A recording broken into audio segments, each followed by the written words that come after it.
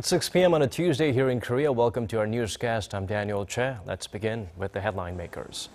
President Park Geun-hye begins her 4-day trip to the U.S. accompanied by the largest business delegation to date. She is also set to visit NASA and the Pentagon. Things are heating up in the local political arena as the country's rival parties continue to debate the government's recent decision to take back control of the nation's history textbooks. China's slumping import numbers are cause for alarm in Korea, which is highly dependent on the Asian giant for exports. If something isn't done, the trend could ultimately stun Korea's economic growth. President Park Geun-hye has left for the United States for summit talks with their U.S. counterpart Barack Obama at the White House. The Korean leader will also make visits to the Pentagon and NASA during her 4-day trip. For a rundown of her schedule, we turn to our Hwang Sung-hee. Sending a strong message against North Korea's nuclear ambitions will top the agenda for Friday's summit talks. In a meeting with their chief secretaries on Tuesday, President Park said the summit will be an opportunity to strengthen cooperation against North Korea's nuclear development and provocations. In their 4th summit talks, President Park and President Obama are also expected to discuss measures for a stronger alliance. The meeting comes ahead of a trilateral summit between South Korea, China, and Japan, and follows President Park's meeting with their Chinese counterpart Xi Jinping last month and a summit between Xi and Obama. The South Korea-U.S. summit is expected to be a meaningful opportunity to exchange in-depth opinions on securing and expanding regional peace cooperation in Northeast Asia. Ahead of Friday's summit, President Park will visit the NASA Goddard Space Flight Center to strengthen bilateral cooperation on space issues. The South Korean leader will also make a rare visit to the Pentagon as a measure to reaffirm their strong military alliance. She will then attend a luncheon hosted by U.S. Vice President Joe Biden and meet with U.S. officials and academics to explain South Korea's diplomatic policies. President Park will also be accompanied by the largest business delegation to date, of which 84% will be representatives from small and mid-sized companies. Hwang Sung-hee, Arirang News. The wrangling over the government's decision to take control of history textbooks for middle and high schoolers continues at the National Assembly. The ruling party sees it as the right path to balance views of Korea's modern history, while the opposition calls the move an attempt to distort facts and whitewash history. Park Ji-won has more on this political standoff. Dispute over the adoption of a single state-authorized history textbook is now at the center of parliamentary politics. During a 4-day interpellation session at the National Assembly that began Tuesday, lawmakers from the ruling Saenuri Party backed the government's decision. They said the choice had to be made in order to teach the nation's young people a proper historic perspective, as the textbooks currently in use contain imbalanced views about Korea's modern history. Although I haven't read all the history textbooks, I have read some of the more problematic parts that glorify Lenin, or say communism is not related to imperialism, or that former President Lee Seung-man caused a division of the Korean peninsula. Do you know about this? I know that some of the current history textbooks include contents that distort the facts, so the public is concerned about the matter. The main opposition New Politics Alliance for Democracy called the government's move wrong in an attempt to enforce conformity. The party also characterized the decision as a dictatorial attempt to whitewash the country's authoritarian past. During the session, lawmakers grilling the Prime Minister asked about his perspective on the May 16th coup in 1961, carried out by former President Park Geun-hye, the father of current President Park Geun-hye and his allies. The legacy of the coup is at the heart of an irreconcilable difference between the rebel parties. The ruling party sees it as laying the foundation for the nation's rapid economic growth, calling it the May 16th revolution, while the opposition sees it as a major suppression of democracy. Do you see it as the May 16th military coup or the May 16th revolution? Which do you identify with? What is your historic perspective? What is your identity as Prime Minister? I've always tried my best to be loyal to the Constitution. Meanwhile, President Park Geun-hye offered her first remarks on the controversy before heading to the U.S. on Tuesday. She said it is very important that the nation's young people have the right view of history through proper history classes, not only for the future of Korea, but also for the unification of the two Koreas. Park Ji-won, Arirang News. An argument that's set to continue for some time. Moving on, a special committee under the National Election Commission has failed to reach an agreement on redrawing electoral boundaries for next year's general elections. And as our Kim Young-gi reports, the task will now have to be taken up by lawmakers at the National Assembly. Take a look. The redistricting committee said Tuesday its 8-member panel had been discussing whether to reduce the number of electoral districts to 244 or increase it to 249 from the current 246. Its failure to make a decision by the Tuesday deadline means it will now be up to the National Assembly to decide. The redistricting committee had problems finding a middle ground on redrawing the electoral districts. We hope the National Assembly will be able to make the decision. The ruling Honorary Party urged the opposition to cooperate in devising a new plan. Politicians should have proposed the electoral rezoning scheme to the National Election Commission. Now, the rival parties should start negotiating to meet the new deadline of November 13th. The party wants to reduce the number of proportional representatives and increase the number of electoral districts. The main opposition New Politics Alliance for Democracy is against that plan. Maintaining the proportional representation system is necessary to help socially vulnerable communities and to bring in new talent. Lawmakers representing rural areas have been critical of both parties and the Parliamentary Political Reform Committee, saying they're not taking matters seriously. The lawmakers don't want to see their districts merged or erased, and to remedy that, they've proposed increasing the number of assembly seats to more than the current 300.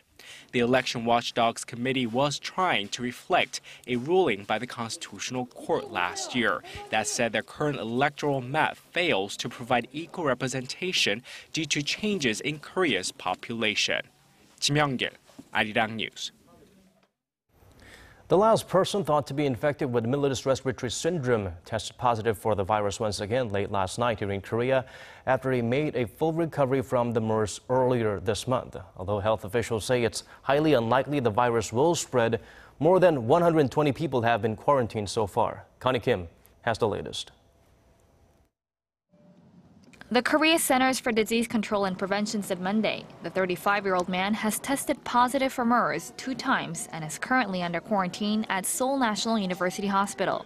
Before that, he had been discharged from the hospital on October 1st after testing negative for the disease. Health authorities say it's highly unusual for someone who has fully recovered from the disease to test positive again. The patient visited and received treatment at the designated clinic at Samsung Medical Center on Sunday after contracting a high fever and vomiting. He was transported to Seoul National University Hospital on Monday at around 12 p.m. and admitted. A doctor at SNU Hospital said a minuscule amount of viral DNA has been detected in the patient who had been dealing with malignant lymphoma prior to his initial MERS diagnosis. It's been reported the man's genetic analysis is slightly higher than the normal reading for a MERS-positive diagnosis. However, health experts say the amount of virus detected in the man is not enough that it would spread to other people, and the chance of infection for other people is near zero. Still, as a precaution, the Korea CDC has quarantined the man and 129 other people who came into contact with him.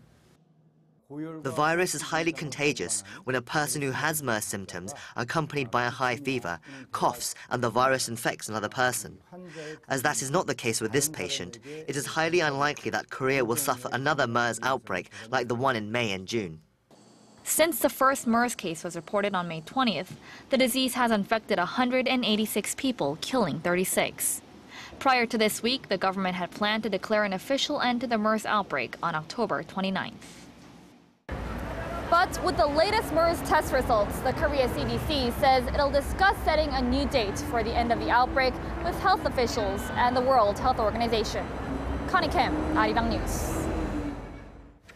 China's September trade figures are out. Its exports didn't fall as much as expected, but what's worrisome is that imports fell more than 30%, raising alarm bells for countries heavily dependent on China for trade like Korea. Kim Min-ji reports. Is China's economic slowdown worse than we thought? In September, Beijing's exports fell 3.7% in dollar-denominated terms from the same month a year ago. Imports also fell more than 20% on year, quickening from a nearly 14% drop in August. With that said, the country's trade surplus for last month came to just over $60 billion. The rising cost of labor is the main cause of companies' declining competitive advantage, which is limiting companies' capacity to expand their manufacturing and exports. Although export prices were better than market expectations of about a 7% decline, a plunge in import figures, which are reflective of weak domestic demand, will add to concerns that China's slowdown will continue to have a negative impact on other economies dependent on China for trade, such as Korea. As Korea is dependent on China for exports, it's likely that the effect will be hard felt. It can be said that China's declining import numbers are reflective of Korea's slowing exports. Down the road, it will also hurt Korea's economic growth. Experts say the situation isn't likely to get better anytime soon because despite China's move to devalue its currency, it hasn't helped prop up its trade figures, which will in turn continue to have a negative impact on the global economy. Kim Min-ji, Arirang News. Korea's exports in the information and communication technology sector have hit a one-year high. The Trade Ministry said Tuesday the ICT sector's outbound shipments rose 1.6% in September to $15.9 billion from the same month last year. This thanks to strong sales of smartphones, semiconductors, and digital TVs. It's also the second straight month of an on-year gain for the sector, while exports in general have been posting negative growth every month of this year. Imports of ICT products increased by 1.4% from the year before, giving the sector a surplus of $8.1 billion. Moving on to the latest in the repercussions of the Volkswagen scandal, Volkswagen Korea will take over 400 cars off the market for questionable emissions levels while the lawsuits against the German automaker pile up. Lee Ji-won tells us more. The Ministry of Environment said Tuesday that Volkswagen Korea has withdrawn 466 vehicles with older and higher emissions-prone Euro 5 engines. This is after Volkswagen Korea sent a statement to the ministry saying that the vehicles have not been and will not be sold to Korean consumers. The company also said it would order a recall for 112,000 cars that have already been sold, though it hasn't set the timing of the recall. The results from the ministry's road tests are slated to be released next month. Meanwhile, a group of Korean Volkswagen consumers is planning to launch a class action suit against the company in the U.S. The lawyer representing the group said in a press conference on Tuesday that the 51 people owned the Passat, parts of which were made in the company's factory in Tennessee. The suit will be filed in the Federal District Court in Los Angeles. The group is seeking to cancel their contract of sale and a refund for purchase price along with punitive damages. Lee Ji-won, Arirang News. Moving on to other stories, German President Joachim Gauck was made an honorary citizen of Seoul today. He is here to share his country's experience with unification, among other goals. Following his summit with President Park Geun-hye on Monday, the German leader sat down with Seoul Mayor Park Won-soon, pledging greater support in preparing Seoul for the post-reunification era. Gauck, who is the first East German to become president of Germany, which is celebrating 25 years of unification, is the 14th head of state to become an honorary citizen of Seoul. Some of the world's most respected scientists and technological experts are coming to Korea to discuss the future of scientific development. Korea's Science Ministry said Tuesday it will launch its World Science and Technology Forum next week in Daejeon, the country's technological hub. Jeremy Rifkin, a world-renowned economist, and Aaron Shikhanova, a Nobel Prize laureate in chemistry, are among those attending the event. In addition, ASEAN Plus 3 and the OECD will both hold separate conferences throughout the forum. Ministers from the participating countries will address key issues regarding the future of science, technology, and industry on an international and regional scale.